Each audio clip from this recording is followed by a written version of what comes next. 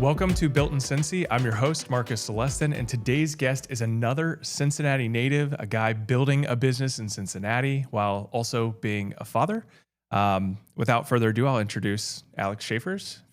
Thanks for being here today.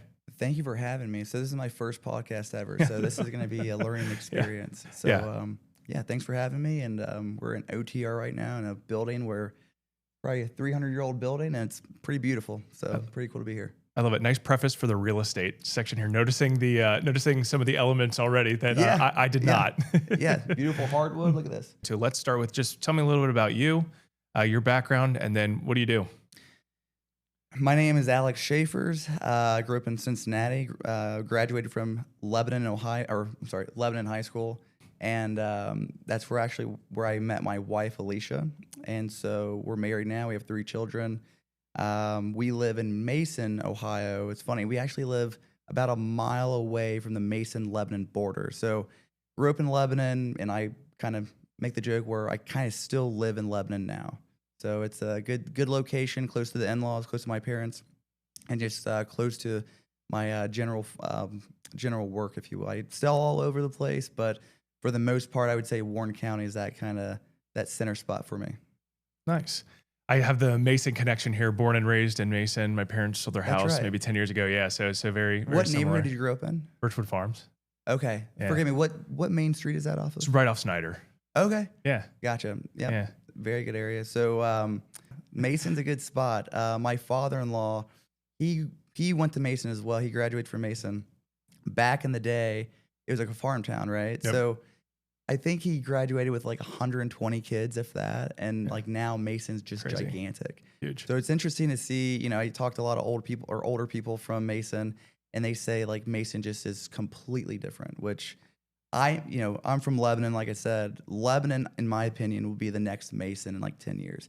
So you're already seeing major development in Lebanon. 63 is becoming a highway, essentially. I'm predicting that Lebanon will be bigger than Mason in 10 years. Wow. So we'll see how that goes. Cool to see. Take notes. We'll have to check back. Yeah. 10 years later. Yeah. Cool. So what got you into real estate? Because I've always been fascinated about real estate. Always wondered what gets people into choosing a career in real estate. So real estate. I feel like I've always been in sales. I feel like I've always been very natural in sales. The way I got in real estate is one day I went to the gym. I ran into a buddy. He was a few years older than me, and he was having a graduation party that same day. And so I run into him, say, hey, what's going on? Right then, right there, he says, hey, I'm having a graduation party later today. Stop by if you want to.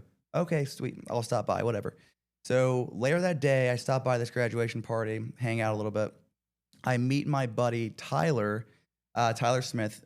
I meet him, and he's in real estate at the time. So he's younger. I think he's 4 or 5 years older than me. But at the time, I'm 20 years old. So he's one of the younger agents in the city. Long story short, he gets me in real estate that day. So if I didn't go to the gym that day, I wouldn't have been invited to that graduation party that day. I wouldn't have ran into Tyler.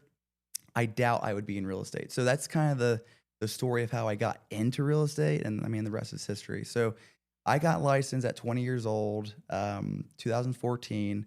I was a junior in college, studying to be a school teacher, funny enough.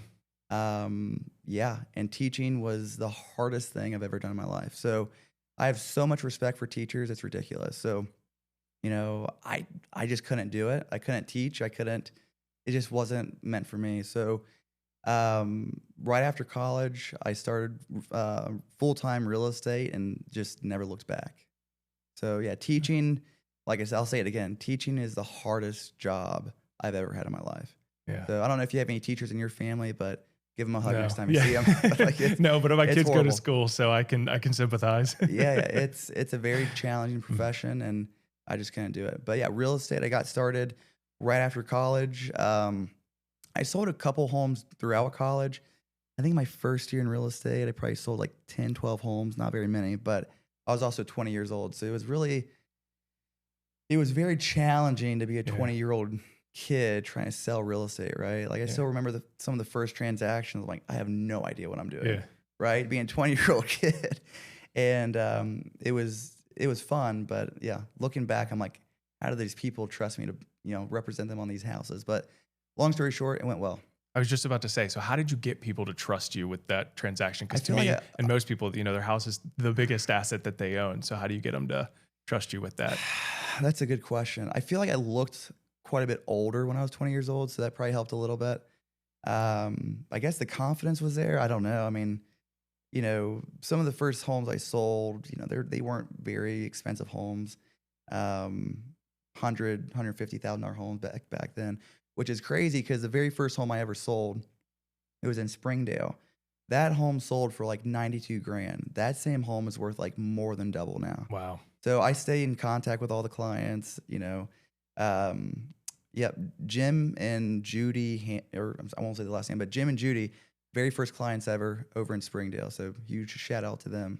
So they trusted me when I was a 20-year-old, college kid. So that was the first client. So they have a special part in my heart. Yeah, no, definitely appreciate those folks who help get us going here at the beginning when Very you don't know what true. you're doing. Because I can sympathize. I mean, with the window cleaning business that I own, that we run, some of our first clients we showed up to, we had no idea what we were doing. We were just kind of figuring it out, but we weren't going to leave till we, It's hard, man. It's give them a good challenging. product. Very true. Yeah, it's a learning process, that's for sure. So you guys started about a year and a half ago, is that right? Started at the beginning of the year. So we started in February, right as the winter was thawing. We were out there cleaning windows. So Because I think we first got coffee together, must have been like January, February, yeah. Because you did my spring cleanup. Yep. So Yeah. quick story with this. This was a nightmare. So this was my fault. And obviously you were there. So we had our spring cleaning for my house the same day you guys were out there. And I did not notice the dates. So I'm leaving for work. I see you pull up. I'm like, oh, great. The windows are going to be clean today. And then I see the landscaping truck right behind the Pink's van. I'm like, oh, shit. Yeah. So I'm like, this is not good. So we had, long story short, we had the landscaping people and Pink's windows like tripping over each other the whole day. So that was my bad. I feel bad. I don't think I've ever apologized for that, but we made it work. It's fine. It's fine. It happens fault. all the time. It seems like everybody has all their contractors out on the same day. Everybody wants their landscaping done, their grass mowed. They want grass blown all over these nice clean windows. We deal with it all the time, so no big deal. That was my bad. So apologies for that. Yeah, no, we'll come back next year when you need your next spring clean. No worries. Cool. So let me ask a question about real estate that has always been in my mind that I don't know the answer to. What's the difference between a realtor and a real estate agent? Wow. Or is there one? I feel like if you asked a different person, they'd have a whole paragraph to tell you. But Oh, really? I mean, in my mind, very, very little. Okay. I mean, that's what I'll leave it as. But like I said, if you ask someone else, I bet someone would get very, headstrong in the difference. So It's very technical. they're gonna sell you a house. How about that? Yeah. So Okay. horrible response, I'm sure, but I'll probably get some trouble from my broker later today. But Well, I always get nervous whenever I'm talking to I never want to introduce or say like, oh, a real estate agent or a realtor. call me whatever you want to. I mean, call me advisor, whatever you want to call Good me. to know. So I don't need to stress about that one anymore. Don't stress too much. No, good. Or at least around me. Yeah. I said, I've been corrected a few times by older agents, and Yeah. they'll say it's realtor. I'm like, okay, Oh, realtor, yeah. sorry to. Anyway, but yeah. Yeah. So, I mean, along those lines, there's a lot of real estate agents out there or realtors. And it's the same in the window cleaning business. Like when we do quotes or when we get pressure washing requests, I mean, there's so many out there and people let us know and we're aware of it, but we try to differentiate ourselves. So when it comes to like your clients that you're either looking for out there or you're working with, when anybody asks you, how are you different from other real estate agents? How would you answer that one?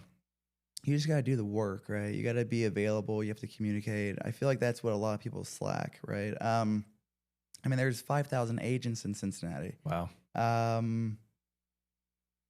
I would say very few of them answer the phone. And I mean, try it. I mean, go online and pull up, 100 real estate agents. Call every single one of them. Who's going to answer the phone? If they don't answer the phone, who is calling back? And I think that's huge, right? So, like, we're doing this podcast for 30 minutes to an hour. I'll have people, I have missed phone calls, and if I don't know who it is, I'm calling no matter what. Yeah. So I think that's huge. You just have to be, I would say, available as possible, call back, respond, communicate as often as possible. That's a big thing. And keeping in touch with your past clients, right? Like the number one source of business I get is past clients. And I mean, that's huge. I mean, I do, past client events and, giveaways. You were at my, the kids, clubhouse event I had a couple weekends ago. So it's like the whole idea behind that is just like seeing people, face to face with your past clients and your sphere and the people you want to do business with. That's the whole thing of business. So, the big thing for sure, communicate, be available, and be there, and do what you say you're gonna do, right? So if I have a client looking for homes in Mason, and I'm gonna say, oh yeah, I'll start sending you homes in Mason, do it. Like I feel like there's so many times where, whether it's real estate agents or just professionals, they'll never follow up and do the work. So I think that's a huge thing as well.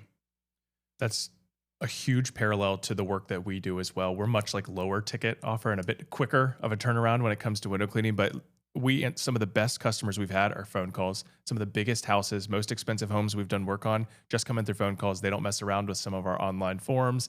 Some of that just expecting it to go into some abyss that no one's going to respond to. And if we pick up that phone when it rings, or if I call them back within the next 5 minutes, it's impressive, right? Yes. They're impressed. Like, oh wow, you called me back. Yeah.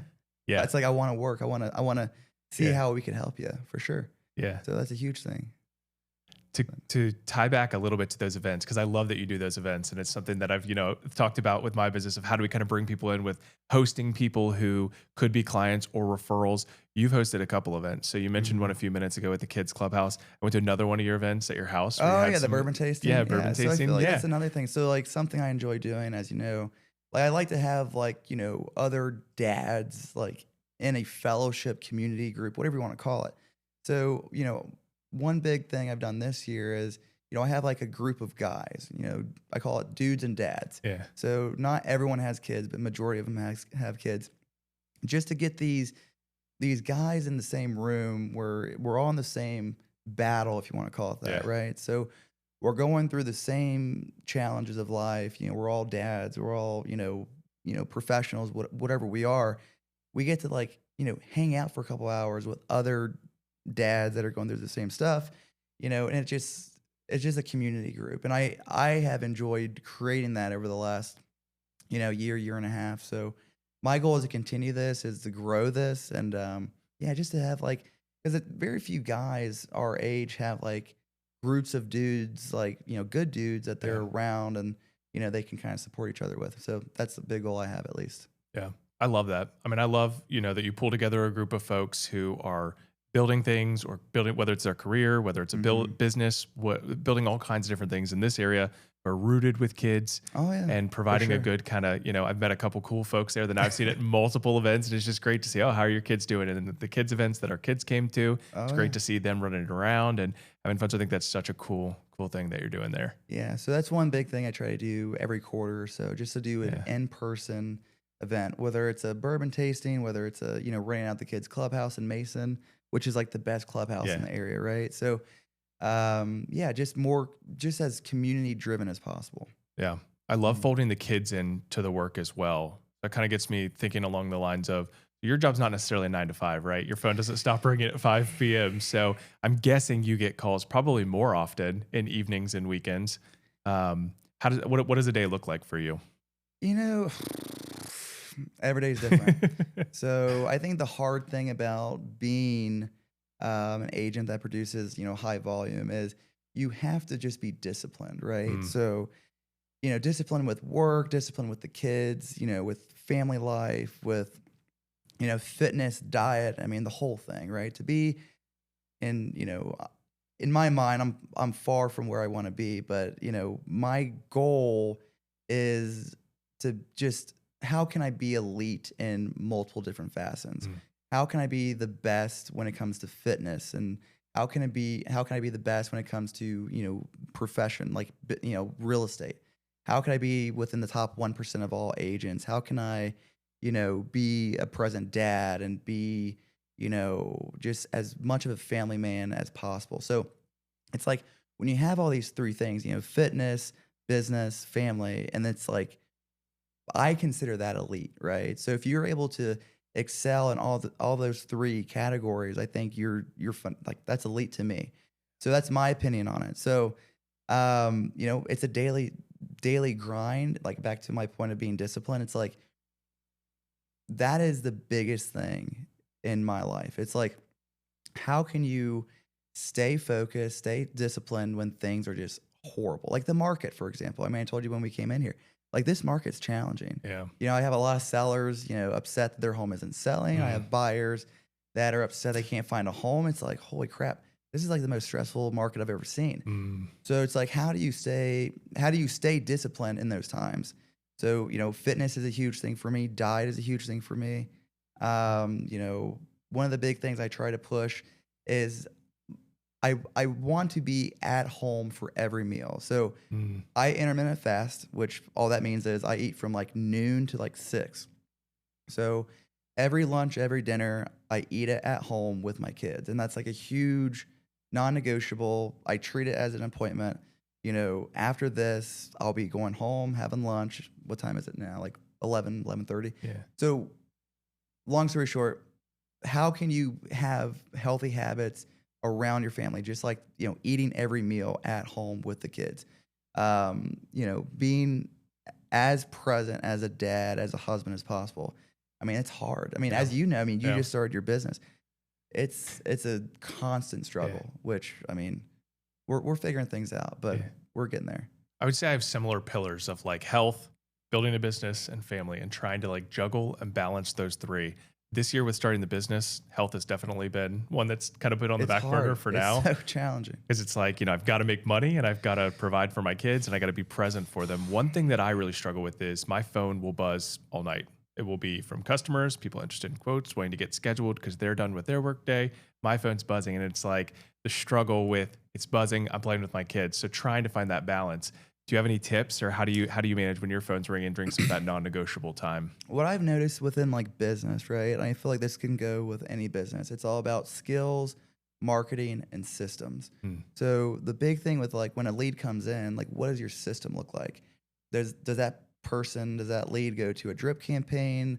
Do they get touched right away with a automatic response? And so like obviously that's not as good as like you picking up the phone and calling, but like people understand for the most part, right?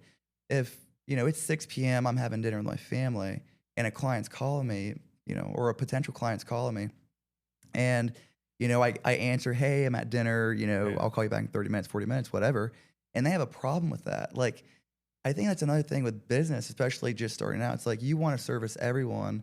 I think it's important to understand you don't have to service everyone. Yeah. So if someone's a complete jerk about, what your values are, you don't have to work with that person. So for example, like back to my, example, you're about to have dinner with your family and someone calls in, hey, we're looking for a home, or hey, whatever. Hey, can I call you back in 60 minutes? I'm having dinner with my family. And they throw a big hissy fit about it. It's like, maybe you don't want to work with that person, right? So I think that's another hard thing with what I'm dealing with. It's like, I want to service as many people as possible, but also you don't want to go crazy while doing it. So that's one thing I've noticed is when family, and this is something I'm working with, my wife reminds me all the time. It's like when I'm with the kids, when I'm with family, it's like you have to block out everything else. And it's the hardest thing in the world. I'm sure you know this. I'm sure you're experiencing it yourself. But I think having those systems in play is very important. So when someone calls in or someone, puts in an inquiry form, that person gets touched somehow, and you're able to follow up, an hour, 2 hours the next morning. And, that it's challenging. So I wouldn't say I have the perfect answer for you, but I would say systems is definitely a big key. Yeah, I think that's a good thing. In a lot of different businesses, it might look different, what the systems are, but I think we have something similar as well, where we promise like 24 hours we'll get to you. Not necessarily that we'll get to you right away when someone sends something at 7 p.m., but it's one business day. So we'll get back to them at a point in time. And then, I do try to get back to customers after the kids go to bed. So I try to preserve that time, that 5 to 7, to say, hey, I'm here for dinner. I'm going to be present for dinner. And then when the kids go down to bed, 7's a little loose these days, but because you have a newborn, right? Yeah, I've got a 3-month-old. So to be honest, she's the easiest. It's my oldest. We made all the sleeping mistakes with. So she's the one that we struggle with the most when it comes to sleep. And then my middle child, he's pretty good. We learned our lesson on him. So my Oh third, my she's gosh. easily integrated. So But like back to like back to my point on systems, like or time, time blocks, right? So it's like after dinner, we like my wife and I think we have a pretty solid system. So she goes upstairs, she does the bath time. Excuse me. I don't do a good time at bath time. I don't know about you. I'm not a good not your bath time thing. parent. So she takes the 3 kids upstairs, bath time. I take care of the kitchen. I clean up, do the dishes, do all the kitchen stuff. And then I have about 20 or 30 minutes where I can go to my office, make calls if needed, respond to emails, respond to text messages. And then that 20, 30 minutes is over. Boom, I'm done for the night. Yeah. Right. Unless there's like a crazy emergency. But for the most part, no one's dying in real estate. But yeah, after that time, I wouldn't say I'm perfect at this yet, but I do relatively well at putting the phone to the side and just being with family until it's, time for bed. So nighttime routine is very important. I'm there every night. There might be one night a month where I'm not there, whether it's like a networking event or something. But my goal is how can I be home for every single meal, every lunch, every dinner, and every evening, right? Every nighttime routine, if you will. So it's hard. I mean, especially being in the business we're in, it's like all about networking. There's events happening. It's like you have to be disciplined in saying, okay, I'm not going to those events, right? And I would say those are important, but I feel like family's over everything, right? In my opinion. So that's my thought. Yeah. When it comes to some of the events you have at night, or if your phone's ringing in the evening, or even throughout the day, and your kids might see it if they're home, how do you talk to your kids about work? How do you explain what you do to them? Good question. So that hasn't happened a lot. So my kids are 5, 4, and 2.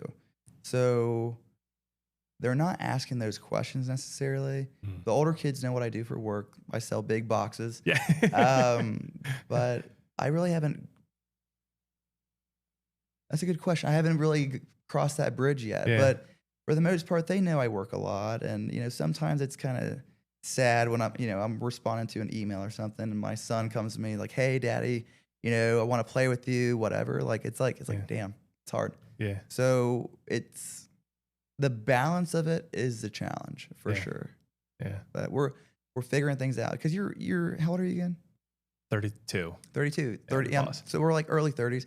So like, there's no playbook, right? I mean, that's another thing. It's, we're learning as we're going. You have a newborn. I mean, I'm sure even with that, with the third kid, it's so much different. So we're getting there. I've learned to lean on other people, and I think it incurs a greater expense for my business because I've had to hire more people. But I've learned that I can bring people on and take stuff off my plate so that I can get back some of those moments that I've got here. Or where can I automate something? Where can I leverage some tool or system, as you mentioned, to take something off my plate and make it easier to free myself up for time with my kids? Because that's ultimately like the most important thing to me, and why I chose to be a business owner and work for myself here was I wanted that time with my kids, and I want to sacrifice a little bit now, but I'll fight relentlessly to get that time so that they remember the times down the road that dad was there. Dad was able to come through for things during the school day. And that's the piece that's so important to me. Oh, so yeah, for sure. it takes time to get there. It's easier to say than it is to live out, but yeah, I mean, and this is not a 9 to 5, right? Yeah. So there's pros and cons of that. We have the flexibility to create our own schedule to, work when we want to work. But it's like in this business, and it's the same thing in your business, like it's you kill what you hunt. Or I'm sorry, you eat what you kill. Yeah. Right. That's What you insane. mean. So you eat what you kill. And so like if you decide you want to take a week vacation, that's awesome. You have that flexibility to do that. But it's like you're not making the calls you need to make during that time, which back to the point of balance, it's like it's almost impossible to have this perfect balance. But I feel like that's my golden goose, right? Whatever you want to call it. That's what I'm striving to get to. It's like, how can I be as balanced as possible? And back to my idea of like that perfect trifecta, it's like being as fit and healthy as possible in your mindset and your body. How can I be the best father and husband? How can I be the best real estate agent, right? Or the best realtor, whatever you want to call it. So it's just the balance is near impossible, but that's what I'm shooting for. Yeah, we haven't talked too much about the fitness piece, but back in my prior life, when I was working 9 to 5, I was a chief operating officer in an aerospace company, super stressful job. I hired a trainer to coach me when I was traveling of like, look up my gyms, tell me this is what you need to do, like help me with my eating, to spoon feed me all of it to eliminate like as much friction that could possibly exist. Now I don't have that. I'm a little busy and also, trying to focus on some other things at this time. But how do you balance that? Because that's so important to me. Because when I get in a consistent fitness like routine and Oh I'm yeah. working out, I feel so good. I feel like I can tackle any issue that comes to me in my business. So you mentioned that that's important to you. What are the benefits that you're getting from it, and how I are feel you? like the big thing with that is just discipline, right? So my goal is to be at the gym as early as possible. So for example, this morning I was at the gym at 5 a.m. So I feel like I'm very disciplined with this. I've been very disciplined with going to the gym and being fit for, most of my life. But it's like it's habit at this point, Yeah. right? Just like a new diet or a new, job or whatever you want to call it. It's like it's all about getting disciplined and staying disciplined. So I'm at the gym every morning. My diet, I'll be honest with you, uh, I eat too much ice cream. Okay. Recently, I've been eating too much It was ice cream. summer. Dude, heck yeah. And like my kids love milkshakes. And so like we live walking distance to a UDF. Yeah. We're out in the suburbs. So, we actually ride our bikes to the UDF right down the street. So we have ice cream available, within biking distance. So we've this summer, we've ate a lot more ice cream this summer than the most recent ones. But anyway, so it's just staying disciplined with, the working out, I feel like it's almost like my meditation at this point. Mm. When I skip the gym, I can feel it throughout the whole day. I can feel it. So it's just creating those healthy habits, if you want to call it that. My diet, I eat from noon to 6, and it's called intermittent fasting. And, I feel like that's been a game changer for me. I don't think about food outside of that window. So I'll get home today, I'll eat lunch, which is relatively, usually, a very lean lunch. And dinner is usually a very lean dinner. I go light on carbs. That's all I have to remember. For the most part, it's like you're eating from noon to 6, ease up on the carbs, ease up on the scoops of ice cream, and you're fine. So like the diet portion of my regimen is really not that challenging for me. Yeah. But I've also been doing this for, years. Same thing with the workout, routine. I wake up, gym first thing in the morning, come back, shower, start the day. So I would say I'm very disciplined in that aspect for sure.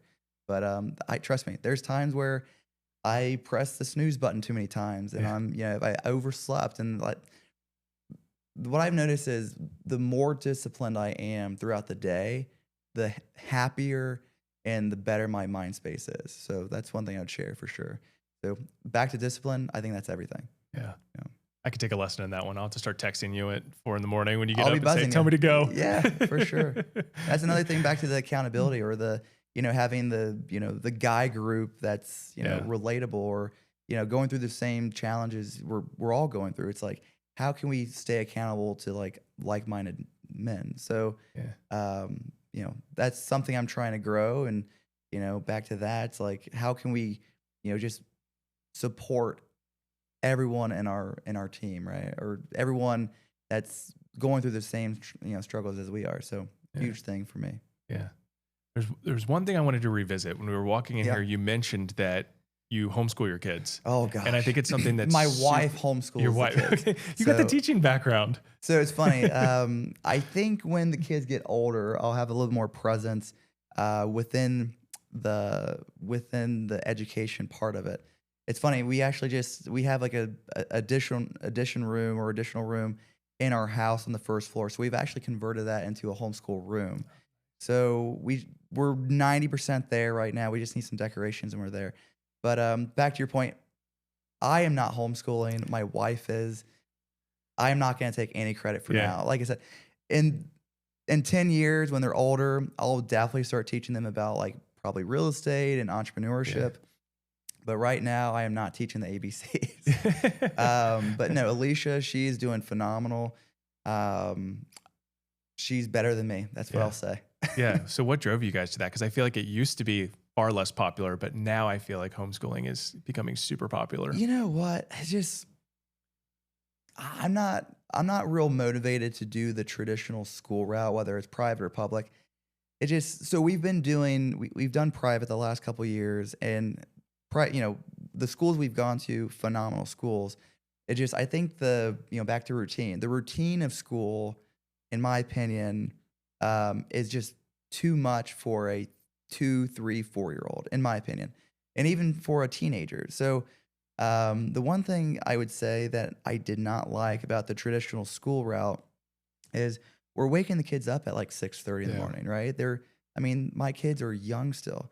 So, by the way, my mindset now, not side comment, I do want to homeschool forever. That's just my mindset now, but I just want to throw that out there. But even with like school now, with them being so young, we were like pushing them out of the house so early, and they would be at school all day. I would pick them up. Like, it was just like what I've noticed is like the freedom of it was very limiting. Mm. And that's another huge word I throw out all the time. It's like the freedom within our job is like amazing, but Yeah. it's like you have to, be disciplined within that freedom as well. So, back to taking the kids to school, like we would take the kids to school, pick them up every day. They'd be drained when we get home. We would plan our family vacations around school, and it's like homeschooling. Like, I'll be honest with you, we have multiple, mini vacations planned up, and we're planning all of them strategically for when school goes back in session. Yeah. So it's like, for example, we're going to Disney World in January. We're going when school starts back up again. Yeah. So it's going to be, less expensive in theory. It's still expensive as crap, Yeah. but like, it's going to be less crowded, certainly, right? All the kids are back in school. So I think that's another big thing. It's like my goal is to do as much traveling with the family as possible. And this is going to allow us to do that. So, like I said, I could change my mind in a year. Yeah. Maybe homeschool is not the route forever, but right now I'm very excited to homeschool. And like the one thing I hear, I talk to some people about homeschooling, or I talk to people about my wife homeschooling, and I feel like people get so like bent out of shape, and they're like, "Oh, your kids are going to be, weird or whatever." I'm like, I mean, I don't think so. I mean, it's all about, Yeah. I also think, okay, I think some people have a very interesting relationship with like homeschool kids. In my opinion, I don't know that many homeschooled kids. That being said, I feel like the weird homeschool kids have the weird parents, and hopefully I don't get canceled on this, but I think, the parents that I see that are just like super awkward, they usually have like awkward kids. And I feel like people see that as, oh, that's a homeschool kid. It's like, no, the parents are just weird. Right? Yeah. So All about what you make like I it. said, don't beat me up on that. Don't beat me up on what I just said. But like, Yeah. I feel like that's something that's what I've noticed in the last, couple years of just like exploring this homeschool route. But long story short, we're homeschooling. We're excited. We could be, back in traditional school next year. Who knows? But as of right now, we're very gun ho on homeschooling throughout. Yeah. What about you? Do you have any interest in homeschooling? I don't know. I mean, it's definitely got this, gained Marcus. popularity here. My kids kids will go to private school. My oldest daughter does. But it's definitely something that I think is interesting to at least understand better than the perception that I had of it, maybe growing up, or some of like the, Right. stereotypes that So might exist. you could save that money and then like go on those vacations. I'm teasing, but like, no, it's definitely a very, my wife and I talked about this whole idea for years, and we're like, you know what, we're going to give it a whirl. Let's do it. And so we tried it, we're about a month in, and so far it's going really well. Nice. So fingers crossed. Hopefully everything goes well. But We'll check back in May and who see how knows? things are. Like I said, next year I could be completely against homeschool. So we'll see. Very Cool. open. Well, it's cool to hear how you pull together, your work life, your fitness, your family, and how there's a thread line of discipline, and how you're really intentional about some of these different areas of your life. So it's really cool to see, and how you're building a community of other dads, other dudes who are out there who could benefit from some of these things too. So that's just really cool to see how you're doing that. That's one of the reasons I wanted to do this podcast, is because I think a lot of people are going through very similar things out there, who are trying to balance building a business or building a career, juggling family, focusing on their health, focusing on themselves as well. So it's great to have conversation like this, to hear from someone's story as to exactly how he's doing it. Yeah, thank you. When it comes to anything that we've talked about today, is there anything that you'd want to share that we haven't covered here? And then I got one other question for you. I have a question for you. Yeah. What's your big goal for Pink? So what's your big goal? You know, you're here, you've been in business for, call it 9 months and a week. Yeah. What's the next level for you? Or what's like, do you have a 10-year plan or, 5-year plan as of right now?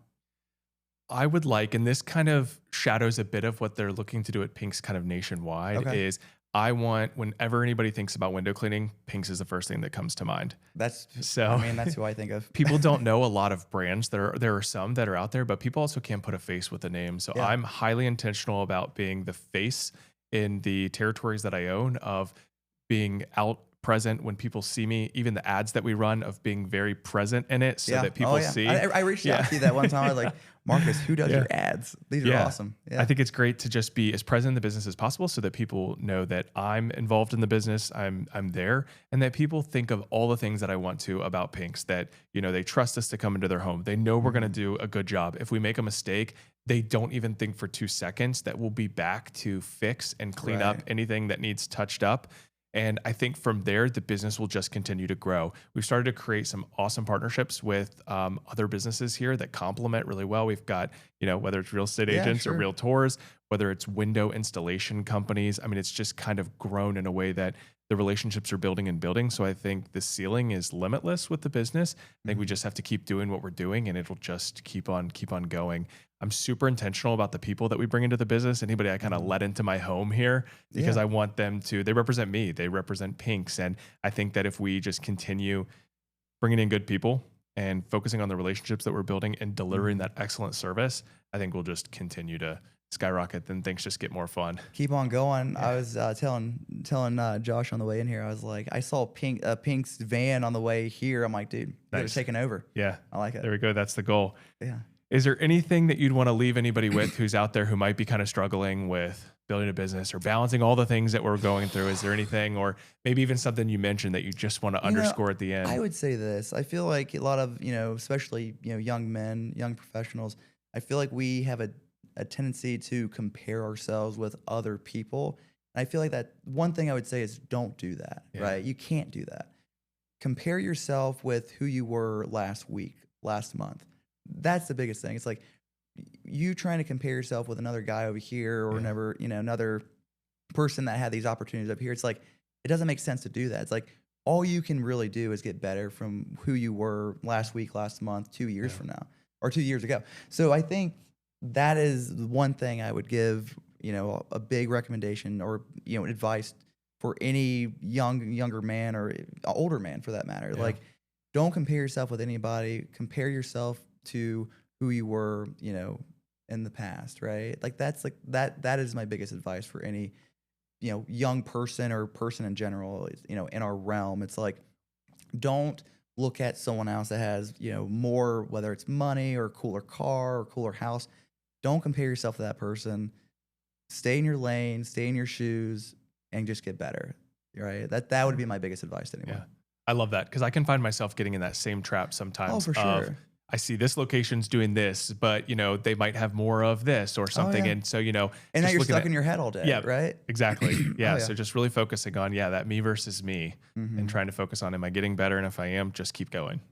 Exactly. Yeah. I would say that's my biggest piece of advice for anyone starting a business, or whether you've been in business for 20 years. It's like, I feel like I talk to a lot of guys that are just kind of in that rut. It's like, oh, well, Bob and Mary has that cool house. It's like, who cares? Like, focus on yourself, work on yourself to, be better than who you were, 10 years ago, 5 years ago, whatever the time frame is. Just get better on yourself. So that's my piece of advice. Nice. If folks want to reach out to you, where can they find you? If they want some real estate advice, or just call me, right? Yeah. I feel like there's so many social media platforms nowadays. I think phone calls are the best ways. Call me. My number's 513-331-1428. I say that number like 15 times a day. But yeah, I mean, I think a phone call, a text message is the best way to reach me. Happy to reach out, or happy to talk to anyone interested in buying, selling real estate in, Southwest Ohio. I'm licensed in Kentucky now. So Nice. yeah, there's a plug. But I wanted to share one last thing. So I think in one of your one of your questions was like, if I can go back in time and do it all over again, what do I do? So if I could go back in time I would have graduated from Lebanon High School at 18 years old, and I would have gotten real estate right then, right there. I would never have gone to college. And that's me saying this now. Yeah. Who knows what life would have looked like if I did this. But if I go back in time, skip college, get in real estate full throttle, out the gate, that's what I would have done. And I would have bought all the real estate, all the real estate possible at a very young age. Yeah. So, but I don't know. Shoulda, coulda, woulda, I guess. Dude, I love that. I love that. Yeah. Nice. Well, thanks for being here today, man. Absolutely. I really appreciate it. It's been great having you on here, and I learned a lot. My pleasure. Thanks, man. All right. Take care.